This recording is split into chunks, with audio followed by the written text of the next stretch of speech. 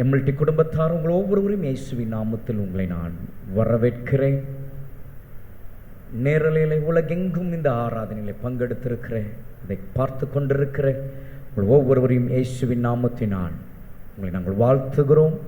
MLD குடும்பம் உங்களை வரவேற்கிறது. தொடர்ந்து நீங்கள் எங்களோடு இணைந்து எங்கள் ஆராதனைகளை கர்த்தருடைய நாமத்தை நீங்கள் மகிமைப்படுத்தும்படி உங்களை வரவேற்கிறோம். கர்த்தருடைய நாமத்திற்கு மகிமை உண்டாவதாக. ஒரு புதிய மாதத்திற்கு நேராக கர்த்தர் நம்மை நடத்தி வந்திருக்கிறார். நல்ல மேய்ப்பராய் நம்மை நடத்தி வந்திருக்கிறார். ஆகவே அந்த நல்ல மேய்ப்பர் இந்த மாதம் முழுவதும் புல்லுள்ள இடங்களிலே நம்மளை மேய்த்து அமர்ந்த தண்ணீர்கள் அண்டிலே நம்மளை கொண்டு போய் அவர் நம்மை நடத்துவார். விசேஷமாக இந்த மாதத்தில் சபையிலே படிக்கிற பிள்ளைகள் எழுத போகிறதான எக்ஸாம்ஸ்க்காக, விசேஷமாக 10th +1 +2 பொது தேர்வு எழுத போகிறதான பிள்ளைகளை நான் வாழ்த்துகிறேன். கர்த்தருடைய கரம் உங்களோடு கூட இருந்து கர்த்தர் தொடர்ந்து இந்த எக்ஸாமில் நீங்கள் நன்றாக எழுத, நல்ல மதிப்பெண்கள் எடுக்க, நீங்கள் நல்ல ஜெயத்தை எடுக்க நான் வாழ்த்துகிறேன். கர்த்தர் உங்களை ஆசீர்வதிப்பாராக. கர்த்தருடைய ஞானம் கர்த்தர் உங்களுக்கு தந்து இந்த நாட்களில் கர்த்தருடைய கிருபை உங்களோடு கூட இருந்து உங்களை வழி நடத்தும் என்று உங்களை நான் வாழ்த்துகிறேன். கர்த்தருடைய நாமத்திற்கு மகிமை உண்டாவதாக. இந்த நாளிலும் கர்த்தர் நம்மோடு கூட பேசும்படியாக இந்த மாதம் முழுவதும் கர்த்தர் நம்மை நடத்த அவர் உண்மையுள்ளவர். அவருடைய வார்த்தையை நாம் கேட்டு பலன் அடைந்து பலப்பட்டவர்களாக சமாதானத்தோடு கூட ஆசீர்வாதத்தை எனக்கென்று நாம் அதை எடுத்துக்கொண்டு போக சுதந்திரித்து கொள்ள கர்த்தருடைய ஆவியானவர் இந்த வேளையிலே பேசுகிற அந்த வார்த்தையை நாம் கேட்க நாம் எடுத்துக்கொள்வோமாக. ஏசாயா தீர்க்க தரிசன புஸ்தகம் 41ஆம் அதிகாரம் 13ஆம் வசனத்தை உங்கள் முன்பாக நான் வைக்கிறேன். The book of Isaiah chapter 41 verses 13. Isaiah 41ஆம் அதிகாரம் 13ஆம் வசனம். வேதாகமத்திலே 846வது பக்கம், இந்த பேஜ் நம்பர் 846. நான் வாசிக்கிறேன், கவனிங்கள். உன் தேவனாயிருக்கிற கர்த்தராகிய நான் உன் வலது கையை பிடித்து பயப்படாதே, நான் உனக்கு துணை நிற்கிறேன் என்று சொல்லுகிறேன். கர்த்தருடைய நாமத்திற்கு மகிமை உண்டாவதாக. மறுபடியும் நான் அந்த வார்த்தை நான் வாசிக்கிறேன். உன் தேவனாய் இருக்கிற கர்த்தராகிய நான் உன் வலது கையை பிடித்து பயப்படாதே, நான் உனக்கு துணை நிற்கிறேன் என்று சொல்லுகிறேன். ஆங்கிலத்தில் இப்படி வாசிக்கிறோம். For I, the Lord thy God, will hold thy right hand, saying unto thee, fear not, I will help thee. இது KJV டிரான்ஸ்லேஷனில் இப்படியாக நாம் வாசிக்கிறோம். NIV-ல இப்படியாக நாம் வாசிக்கிறோம். For I, the Lord your God, will hold your right hand, saying unto you, fear not, I will help you.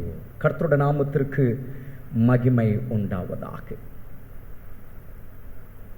இந்த மாதத்தினுடைய இந்த முதல் நாள் அதிகாலை வேளையிலே கர்த்தருடைய பாதத்தில் அவரை தேடி அவருடைய நாமத்தை மகிமைப்படுத்தி கொண்டிருக்கிற, இந்த சத்தத்தை கேட்டுக்கொண்டிருக்கிற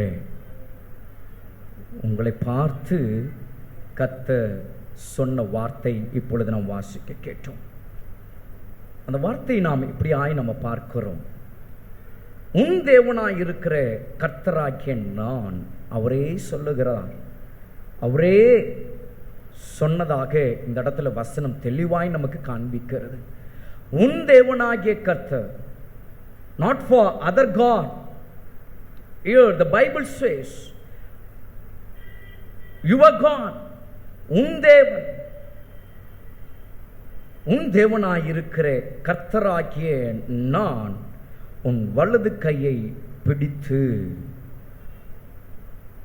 இந்த மாதம் ஆண்டவர் திட்டவட்டமாக ஒரு காரியத்தை நமக்கு இந்த இடத்துல சொல்லுகிறார். என்னன்னா, உன் வலது கையை பிடித்து. அப்போ இதற்கு முன்னாடிலாம் அப்படி இல்லையானா? அப்படி அல்ல. நான் சொல்ல வருது, அவர் எப்பவுமே நம்முடைய வலது கரத்தை பிடித்து நம்மளை நடத்தி கொண்டிருக்கிற தேவன். அவர் மட்டும் நம்முடைய வலது கையை பிடிக்கலன்னா, நம்முடைய இருதயம் சொல்லுகிறது போலலாம், நம்முடைய மனம் சொல்லுகிறது போலலாம் நம்ம போயிருப்போம். அவர் மட்டும் அவருடைய இடது கை நம்முடைய வலது கையை பிடிச்சுக்கிட்டு நம்ம நடத்தி வரலன்னா, நம்முடைய சிந்தனை சொல்லுகிறதெல்லாம் செஞ்சிருக்கோம், நம்முடைய யோசனை நினைக்கிறதெல்லாம் செஞ்சிருக்கோம், நம்ம மனசு விரும்புகிறதெல்லாம் செஞ்சிருக்கோம், நம்ம கால்கள் போகணும்னு நினைக்கிற இடமெல்லாம் போயிருக்கோம். ஆனா அவர் அவருடைய இடது கை நம்முடைய வலது கை பிடிச்சதுனால தான் இதுவரைக்கும் நம்ம வலுவாதபடிக்கு நாம் நிற்கும்படி கர்த்தர் நமக்கு உதவி செய்திருக்கிறார். அதற்கு காரணம் என்ன? அவர் நம்முடைய வலது கையை பிடித்து நடத்தி வந்தது தான். கர்த்தருடைய நாமத்திற்கு மகிமை உண்டாகட்டும். இப்போ இந்த நாளிலும் கர்த்தர் அதை நமக்கு இன்னும் ஒரு விசை அதை நம்மை நினைவில் கொண்டு வருகிறார். மகனே, மகளே, நான் உன்னுடைய வலது கையை பிடித்திருக்கிறேன். இதை நாம் எப்பொழுதும் நம்மளுடைய மனதில் நாம் நினைக்க வேண்டும். நம்ம ஒரு இடத்திற்கு போகிறோம், இல்லாவிட்டால் நம்ம ஒரு இடத்துல இருக்கிறோம், இல்லாவிட்டால் நம்ம ஒரு இடத்துல அமர்ந்திருக்கிறோம், இல்லை ஒரு இடத்துல நம்ம பேசுகிறோம், எந்த காரியங்கள் நம்ம செய்து கொண்டிருந்தோம், இல்லாவிட்டால் நம்ம ஏதோ ஒரு வேலையை பார்க்கிறோம்னா, ஒன்று தெரிந்து கொள்ளுங்கள், அவருடைய இடது கை நம்முடைய வலது கையை எப்பொழுதும் பிடித்திருக்கு அப்படின்னு சொல்லி. சில பிள்ளைகளை பாருங்க, பெற்றோர் எப்பவுமே பக்கத்திலே வச்சிருப்பாங்க. சில நேரங்களில் அது ரொம்ப பேசுகிற பிள்ளையா இருந்தா பக்கத்திலே உட்கார வச்சிருப்பாங்க. ஏன்னா ஏதாவது பேசிச்சுன்னா பக்கத்தில் அவங்க கையை வச்சு என்ன செஞ்சிருவாங்க, பார்த்துருக்கீங்களா? ஆமாம், பக்கத்திலே உட்கார வைப்பாங்க. ஏன்னா வாய் துடுக்கு, ஏதாவது பேசிக்கிட்டே இருக்கும், நம்ம ஏதாவது மறைச்சு வச்சிருப்போம், அது விஷயத்தை என்ன செஞ்சிடும், கக்கிடும். அதனால என்ன பண்ணுவாங்கன்னா, பக்கத்திலே தனியாக விட்டா டேஞ்சர்னு என்ன பண்ணுவாங்கன்னா, பக்கத்திலே உட்கார வச்சுட்டு அவங்களும் அவங்கள்ட்ட பேசிக்கிட்டே இருப்பாங்க. பிள்ளைங்க ஏதாவது பேசினா டக்குன்னு என்ன பண்ணிடுவாங்கன்னா, அதுதான் ஆண்டவரும் நம்மளோட வலது கையை பிடித்திருக்கிறாருன்னா எல்லா சூழ்நிலையும் அவர் பிடித்திருக்கிறார். அதான் நான் சொன்னேன், உட்காரும் போது, நடக்கும்போது, நம்ம பேசும்போதும், ஒவ்வொரு சூழ்நிலையும் நம்மளோட வலது கை பிடித்திருக்கிற தேவனாகிய கர்த்தர் அவர் நம்மை நடத்தி கொண்டிருக்கிறார் என்பதுதான் அதனுடைய பொருளாயிருக்கு.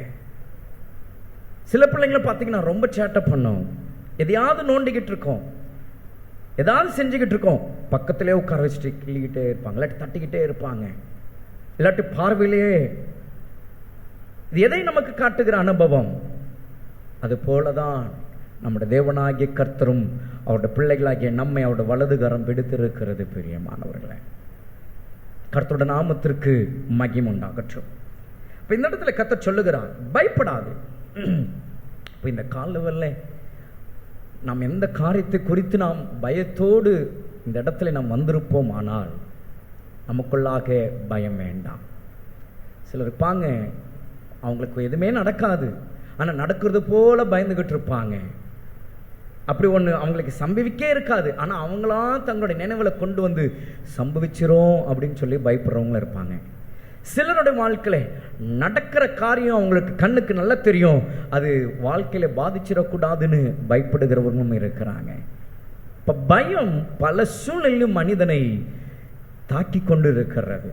அப்போ இன்றைக்கு நாம் எந்த காரியத்தை குறித்து பயந்து கொண்டிருக்கிறோம்? எது நம்மளை ஒரு பயத்திற்குள்ளாக நம்மளை நடத்தி கொண்டிருக்கிறது? விசேஷமாக படிக்கிற பிள்ளைகள் சொன்னது போல் இந்த மாதம் பப்ளிக் எக்ஸாம் எழுதுகிற பிள்ளைகளை பாருங்களேன். பிள்ளைகளை காட்டிலும் பெற்றோருக்கு அதிக பயம். ஏன்? அவங்க நல்லா எழுதணும், மார்க் குறைஞ்சிருச்சுன்னா நம்மளிடத்தில் அநேகர் கேட்பாங்க, நம்ம என்ன சொல்லுவது? பெற்றோருக்கு பயம். சில உண்மையாகவே பிள்ளைகளுக்கும் பயம். நல்ல படிக்கிற பிள்ளைகளுக்கும் நன்றாய் எழுத வேண்டும் என்கிற ஒரு பயம். நன்றாய் படித்து தங்களை ஆயத்தப்படுத்தியிருக்கும் பொழுது ஒருவேளை அந்த மெமரி லாஸ், ஞாபக சக்தி குறைவாக இருந்தால் அந்த எக்ஸாமில் நான் எப்படி போய் எழுதுவேன் என்கிற ஒரு பயம். சில பிள்ளைகளுக்கு அடிக்கடிக்கு சரீரத்தில் பலவீனங்கள், சுகவீனங்கள், வியாதிகள் வரும். அப்படிப்பட்டதான பிள்ளைகள் இந்த எக்ஸாம் நாட்களில் பலவீனம் வந்துருமோ என்கிற ஒரு பயம். ஒரு சிலருக்கு வேலையிலே பயம், வேலை போய்விடுமோ, வேலையில் நான் இருப்பேனோ, இன்றைக்கு எனக்கு வேலை கிடைக்குமோ, என்னோட வியாபாரத்தில் இன்றைக்கு எனக்கு ஒரு லாபம் உண்டாகுமோ, ஒரு ஆசீர்வாதம் உண்டாகுமோ, இது போல சொல்லிக்கொண்டே போகலாம். நம்முடைய வாழ்க்கையில் எந்தெந்த காரியங்கள் நம்மை பயத்திற்கு நேராக ஒரு பய சூழ்நிலை நம்மளை அப்படி கொண்டு போகிறது என்று. கர்த்தருடைய நாமத்திற்கு மகிமை உண்டாகட்டும். உங்களுடைய எதிர்காலத்தை குறித்தோ ஜீசஸ் வேதம் சொல்லுகிறது, பயப்படாதே, பயப்படாதே. கடந்த 2 மாதங்கள் நம்மை நடத்தி வந்தவரை எப்பொழுது நோக்கி பாருங்க, அவர் உங்களை இந்த மாதம் நடத்தி செல்லுவா. பயப்படாதே. அவர் சொல்லுகிறார் இந்த இடத்துல, நான் உனக்கு துணை நிற்கிறேன் என்று. நான் உனக்கு துணை நிற்கிறேன். ஆங்கிலத்தில் பார்க்கிறோம், ஐ வில் ஹெல்ப் யூ. துணை, நான் உனக்கு ஹெல்ப் பண்றேன். சில நேரங்களில் ராகில் நம்ம இடத்துல வந்து கேட்கும்போது, எனக்கு கொஞ்சம் ஹெல்ப் பண்ணுங்க, இல்லாவிட்டால் நம்ம அப்படி கேட்கும்போது, நான் உனக்கு ஹெல்ப் பண்றேன் என்ற அந்த வார்த்தை அவங்க சொல்றாங்க பாருங்க. அந்த வார்த்தை தான் இந்த வேளையிலே கர்த்தர் நம்ம பார்த்து சொல்லுகிறார், நான் உனக்கு துணை நிற்கிறேன். கணவன் மனைவி என்று சொல்லுவோம், மனைவிக்கு இன்னொரு வார்த்தை சொல்லுவாங்க, துணைவி என்று. துணைவி என்றால் என்ன? எனக்கு உதவி செய்கிறவர்கள், அதுதான் பொருள். கணவனுக்கு எல்லா விதத்திலும். அதனாலதான் மனைவிகளுக்கு விசேஷமாய் சொல்லப்படுகிற வார்த்தை என்ன? உங்கள் கணவருக்குள், கிறிஸ்துவுக்குள் நீங்கள் என்ன செய்யுங்க? கீழ்ப்படியுங்கள். கர்த்தரோட நாமத்திற்கு மகிமை உண்டாகும். துணை என்று சொல்லும் பொழுது ஹெல்ப், கர்த்தரோட நாமத்திற்கு மகிமை உண்டாகட்டும். இங்கே ஆண்டவர் சொல்லுகிறார், நான் உனக்கு துணை நிற்கிறேன், நான் உனக்கு துணை. I will help you my son my daughter. நான் உனக்கு துணை நிற்கிறேன் மகனே மகளே என்று சொல்லுகிறார். யாரும் இல்லை என்று நீங்கள் கலங்காதீங்க, ஒருவரும் இல்லை என்று சோர்ந்து போகாதீங்க. எனக்காக யார் நிற்பா, எனக்காக யார் பேசுவா, யார் எனக்காக இந்த காரியங்களை முடிப்பா, யோசிக்காதீங்க. கர்த்தர் உங்களுக்கு துணை நிற்கிறார். நீங்கள் முடிவெடுக்க முடியாதபடிக்கு சில காரியங்களை நீங்கள் தவித்துக் கொண்டிருக்கிறீர்களா? என்னோட முடிவு சரியா இருக்கிறதா என்று எனக்கு தெரியல என்று ஒருவேளை நீங்கள் நினைக்கிறீர்களா? உங்களுக்கு துணை நிற்கிறவர், அவரிடத்துல நீங்கள் கேட்டு பாருங்க. உங்களுக்கு துணையா இருக்கிறவர், he will help you, he will guide you in a right way. சரியாய் அவர் உங்களை நடத்துவார். அவர் சொல்லுகிறார், நான் உனக்கு துணை நிற்கிறேன், நான் உனக்கு துணை நிற்கிறேன். கர்த்தருடைய நாமத்திற்கு மகிமை உண்டாகட்டும். இந்த துணை என்ற இந்த வார்த்தைக்கு சங்கீதக்காரன் இன்னொரு அர்த்தத்தில், இன்னொரு பொருளை அதை கொண்டு வருகிறார். அதை எப்படி சொல்லுகிறார்? நீங்கள் வேதத்தில் நீங்கள் வாசித்து பாருங்க. சங்கீதங்களின் புஸ்தகம் 121 சங்கீதம் 1 வசனத்திலே நாம் அதை பார்க்கும்போது அங்கே நாம் என்ன வாசிக்கிறோம்? நம்ம எல்லாருக்கும் தெரிந்த ஒரு வார்த்தை, எனக்கு ஒத்தாசை வரும் பர்வதங்களுக்கு நேராய் என் கண்களை ஏறெடுக்கிறேன். ஆங்கிலத்தில் இப்படியாய் சொல்லுகிறது, I will lift up my eyes unto the hills, from whence cometh my help. அங்கே வேதம் சொல்லுகிறது, from whence comes my help. ஒத்தாசை வரும் பர்வதங்களுக்கு நேராய் என்று சொல்கிறார். ஒத்தாசை, துணை என்று அங்கே ஏசாயா தீர்க்கதரிசியை கொண்டு என் கர்த்தர் சொன்ன அந்த வார்த்தை இங்கே சங்கீதக்காரன் சொல்லுகிறான், ஒத்தாசை என்று. அப்படியானால் தேவ சொன்னமே, இந்த மாதம் முழுவதும் அவர் உங்களுக்கு ஒத்தாசையாயிருப்பார், அவர் உங்களுக்கு ஒத்தாசையாயிருப்பார். ஆமா, எதை குறித்து நீங்கள் தவிக்காதீங்க, எதையும் நீங்கள் பாரமாய் உங்களுக்குள்ளே நீங்கள் வச்சுக்காதீங்க. சகோதரா, சகோதரி, தம்பி, தங்கச்சி, இந்த நாட்களில் ஒவ்வொரு நாளும் அவர் உங்களுக்கு ஒத்தாசையாக இருப்பார். யோசிச்சு பாருங்க, 2 மாதங்கள் அவர் அப்படித்தான் உங்களை நடத்தி வந்திருக்கிறார். அப்ப இந்த மாதம் நடத்த மாட்டாரா? அவர் உங்களுக்கு ஒத்தாசையா இருப்பார். இல்லை என்று நீங்கள் நினைக்கிற இடத்துல அவர் உங்களுக்கு ஒத்தாசையா இருப்பார். பொருளாதாரம் இல்லையா, சரியான வியாபாரம் இல்லையா, சரியா பிசினஸ் நடக்கலையா, சரியா நீங்க இன்னைக்கு இந்த நாட்களில் எக்ஸாம்ஸ்க்கு நீங்க ப்ரிப்பரேஷன் ஆகலையா, எந்த சூழ்நிலை எந்த நிலையில நீங்கள் இருந்தாலும் ஒன்றை அறிந்து கொள்ளுங்க, இந்த நாட்களில் கர்த்தர் உங்களுக்கு ஒத்தாசையா இருக்கிறார். அந்த ஒத்தாசை பர்வதத்திலிருந்து வருகிற ஒன்றா இருக்கு. இந்த நாட்களில் கர்த்தர் எல்லாவற்றையும் நீங்கள் நேர்த்தியாய் செய்யும்படி, நேர்த்தியாய் நீங்கள் முடிக்கும்படி அவர் உங்களுக்கு உதவி செய்கிறவராயிருப்பார். கவலைப்படாதீங்க. நீங்க கவலைப்படுகிறதுனால ஒரு முழம் கூட்டவும் முடியாது, குறைக்கவும் முடியாது. நாளைய தினத்தை குறித்து கவலைப்படாதீங்க. இந்த நாள் கர்த்தர் உங்களுக்கு கிருபையாய் கொடுத்த இந்த நாள் ஒவ்வொரு நிமிஷமும் கர்த்தரை முன் வைத்து அவர் வாக்கு பண்ணின இந்த வார்த்தையை நீங்கள் நினைவு கூர்ந்து, கர்த்தர் எனக்கு துணை நிற்கிறேன்னு சொல்லியிருக்கிறாரு. இதை சொல்லுங்க, ஒவ்வொரு நாளும் சொல்லுங்க. இந்த நாளை தொடங்கும் போது இந்த வார்த்தை சொல்லி சொல்லி அந்த நாள் முழுவதும் அந்த வார்த்தை மனதில் வச்சு நீங்கள் கடந்து போங்க. ஆண்டவர் எனக்கு சொல்லியிருக்கிறார், என் ஆண்டவர் எனக்கு சொல்லியிருக்கிறார், எனக்கு துணையாய் நிற்கிறேன் என்று. கர்த்தரோட நாமத்திற்கு மகிமை உண்டாகட்டும். எல்லா நேரமும் உங்கள் கணவர் உங்களுக்கு துணையாக இருக்க முடியாது, எல்லா நேரமும் உங்கள் மனைவி உங்களுக்கு துணையாக இருக்க முடியாது, எல்லா நேரமும் உங்களோட பிள்ளைகள் உங்களுக்கு துணையாக இருக்க முடியாது, எல்லா நேரமும் எல்லா சூழ்நிலையும் உங்களுக்கு துணையாக இருக்காது. உங்களுக்கு துணையாக இருக்கிறவர் வானத்தையும் பூமியும் உண்டாக்கின சர்வ வல்லமுள்ள தேவனாகிய கர்த்தரை தவிர வேறு ஒருவரும் உங்களுக்கு துணையாய் ஒத்தாசையாய் இருக்க முடியாது. ஆகவே அவரை நீங்கள் நினைத்துக் கொள்ளுங்க, அவரை நீங்கள் நினைத்துக் கொள்ளுங்க. கர்த்தருடைய நாமத்திற்கு மகிமை உண்டாவதாக, மகிமை உண்டாவதாக. ஆகவேதான் ஏசியா தீர்க்கதரிசி மிக அழகாய் ஒரு வார்த்தை இப்படி சொல்லுகிறார். இந்த ஒரு நம்பிக்கை, இந்த ஒரு நிச்சயத்திற்குள்ளாக ஒரு கர்த்தருடைய பிள்ளை உறுதியாய் இருப்பாங்கன்னா, அவர் எனக்கு துணையாய் அவர் நிற்கிறார் என்கிற அந்த ஒரு நிலையிலே, அந்த விசுவாசத்திலே கர்த்தருடைய ஜனம் இருக்குமானால் அவர்கள் சொல்லக்கூடிய வார்த்தை எப்படி இருக்கும் தெரியுங்களா? ஏசியா தீர்க்கதரிசி மிக அழகாய் இந்த இடத்துல சொல்லுகிறார். வாசிப்போம். ஏசியா தீர்க்கதரிசன புஸ்தகம் 50ஆம் அதிகாரம் 7ஆம் வசனத்தில் நீங்கள் வாசித்து பார்க்கும் பொழுது, Isaiah chapter 50 verses 7 says like this. இப்படியாக நம்ம வாசிக்கிறோம்.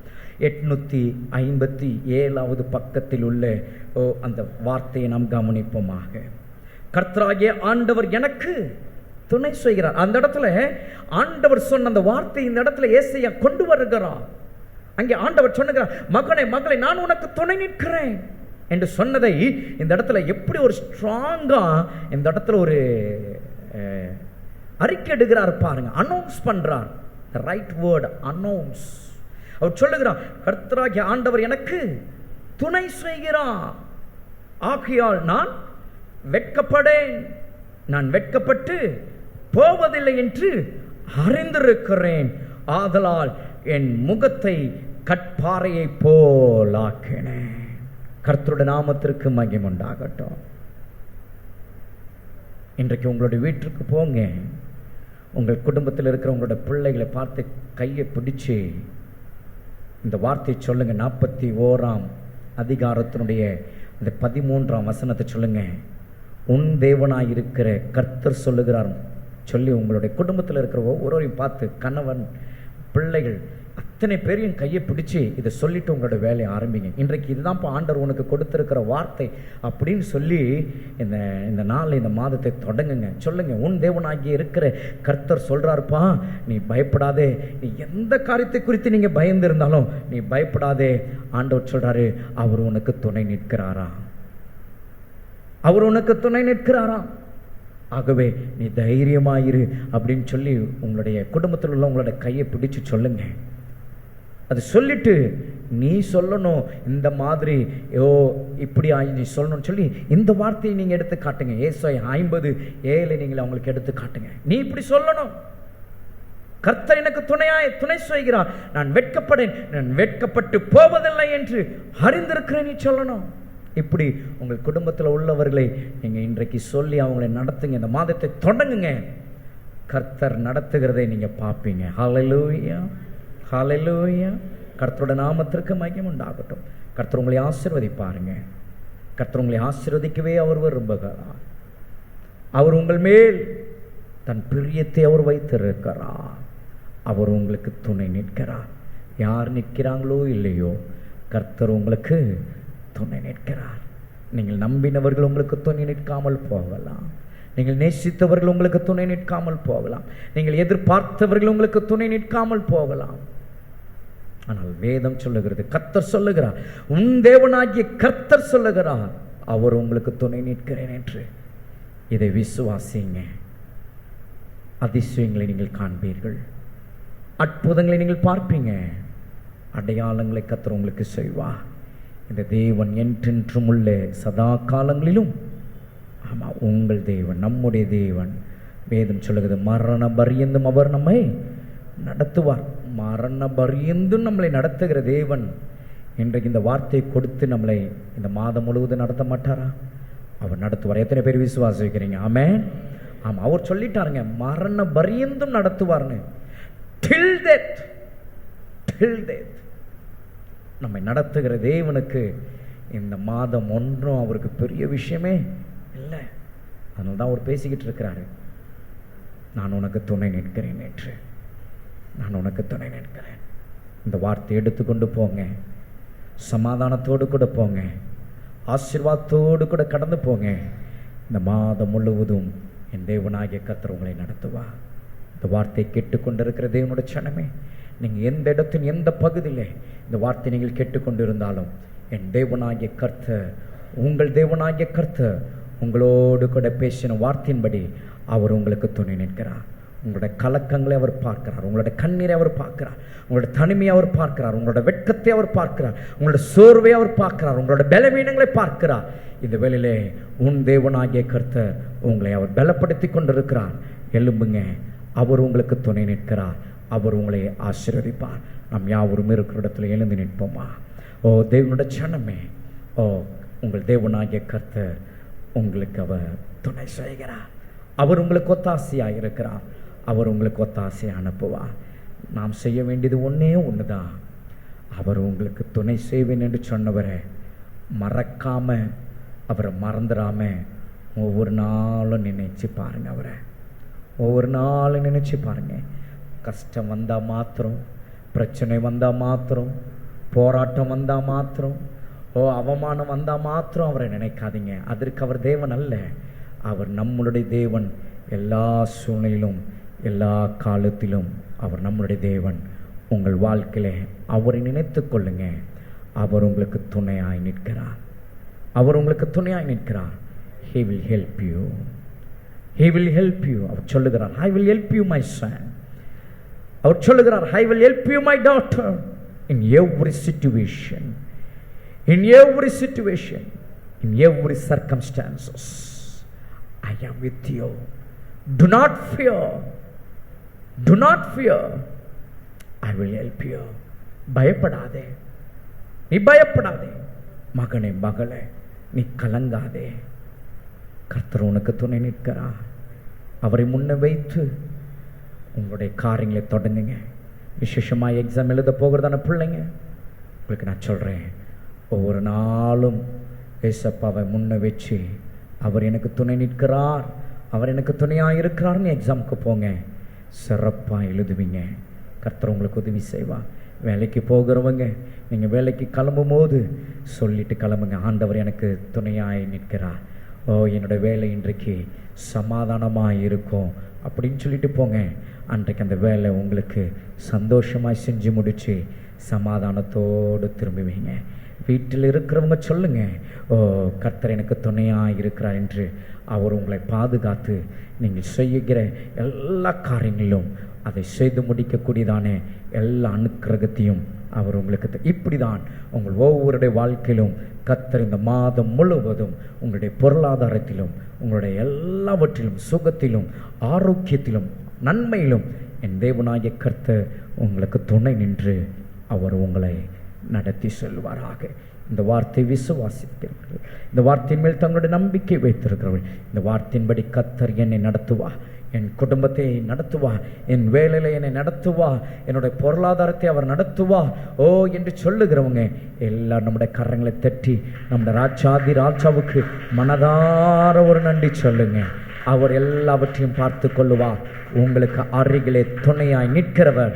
அவர் உங்களுக்கு தம்முடைய ஒத்தாசையை பரத்திலிருந்து அவர் உங்களுக்கு அனுப்புவார். Glory to God. Hallelujah. Thank you Lord. நன்றி இயேசு சுவாமி. எனக்கொத்தாசை வரும் பர்வதம் நேரா என் கண்களை ஏறெடுப்பே. எனக்கொத்தாசை வரும் பர்வதம் நேரா என் கண்களை ஏறெடுப்பே. எனக்கொத்தாசை வரும் பர்வதம் நேரா என் கண்களை ஏறெடுப்பே. அவர் செட்டையின் கீழ் அடைக்கலம் புகவே தம் சிறகுகளால் மூடுவார். அவர் செட்டையின் கீழ் அடைக்கலம் புகவே தம் சிறகுகளால் மூடுவார். அவர் செட்டையின் கீழ் தம் சிறகுகளால் மூடுவார். அவர் செட்டையின் கீழ் அடைக்கலம் புகவே தம் சிறகுகளால் மூடுவார். அவர் செட்டையின் கீழ் அடைக்கலம் புகவே தம் சிறகுகளால் மூடுவார். அவர் செட்டையின் கீழ் அடைக்கலம் புகவே தம் சிறகுகளால் மூடுவார்.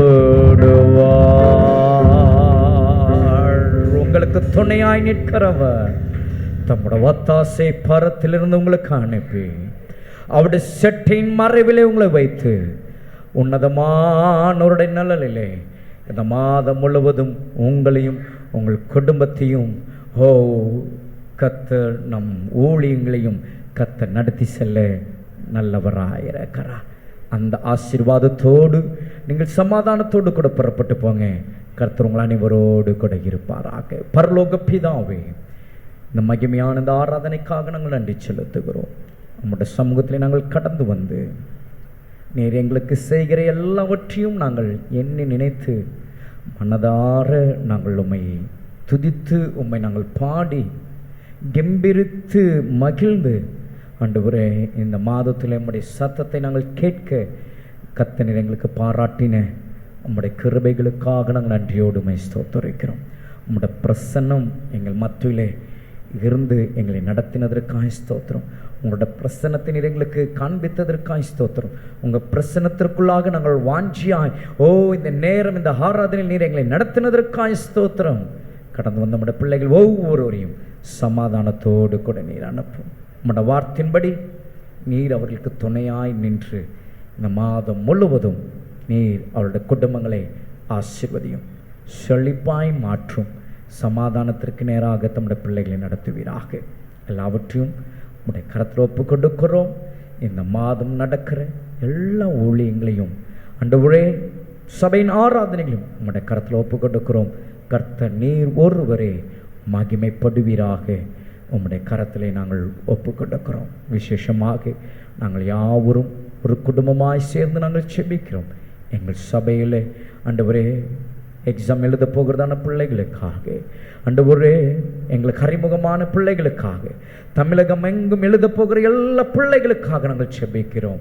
கர்த்தருடைய தெய்வீக ஞானம் ஆண்டவரே, கர்த்தருடைய ஆவியானவர் உடைய விசேஷித்த ஆவியை நீர் அவளுக்கு தந்து நல்ல மெமரி பவர், ஞாபக சக்தியை கத்தர் கொடுத்து நாட்களிலே தங்கள் பரீட்சையை நன்றாக எழுத ஆண்டவரே நாங்கள் அவர்களுக்காக நாங்கள் செபிக்கிறோம்.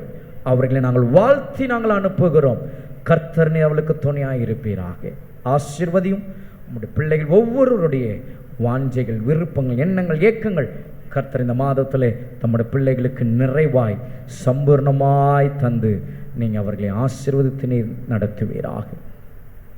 உடைய நாமத்திற்கு மகிமையாக உம்முடைய கரங்களிலே எங்களை ஒப்பு கொடுக்கிறோம். சமாதானத்தின் தேவன் தாமே உம்முடைய பிள்ளைகளோடு கூட கடந்து போவீராக. உங்கள் சமூகம் முன்னாக கடந்து போகட்டும். சுகமாய் பத்திரமாய் பாதுகாப்பாய் தங்கள் இல்லங்களிலே அவர்கள் போய் சேர கர்த்தருடைய ஆவியானவர் உடைய மகிமை அவளுக்கு முன் செல்லும்படி நான் ஜெபிக்கிறேன். ஆசீர்வதிங்க. இரட்சகர் இயேசு கிறிஸ்துவின் நாமத்தில் இந்த ஆராதனை நாங்கள் ஏறெடுக்கிறோம் நல்ல பிதாவே, ஆமென். நம்முடைய பிதாவாகிய தேவனுடைய அன்பும் கர்த்தராகிய இயேசு கிறிஸ்துவினுடைய கிருபையும் பரிசுத்த ஆவியானவருடைய அந்யுனைக்கியமும் சமாதான வழி நடத்துதல் என்றும் என்றும் சதா காலம் நம் அனைவரோடு கூட என்றும் தங்கியிருப்பதாக. ஆமென். கர்த்தர் உங்களை ஆசீர்வதித்து உங்களை காக்க கடவுள். கர்த்தர் தம்முடைய முகத்தை உங்கள் மேல் பிரகாசிக்க பண்ணி உங்கள் மேல் கிருபையாக இருக்க கடவுள். கர்த்தர் தம்முடைய முகத்தை உங்கள் மேல் பிரசன்னமாக்கி உங்களுக்கு சமாதானம் கட்டளிட கடவுள். என் ஆத்துமாவே கர்த்தரை ஸ்தோத்திரி, என் முழு உலமையோட பரிசுத்த நாமத்தை ஸ்தோத்திரி. என் ஆத்துமாவே கர்த்தரை ஸ்தோத்திரி, கர்த்தர் செய்த சகல உபகாரங்களையும் மறவாதே. ஆமென், ஆமென், ஆமென். ஒவ்வொருவரையும் கர்த்தர் ஆசீர்வதிப்பாராக. ஒவ்வொருவருக்கும் shalom. God bless you. Praise the Lord.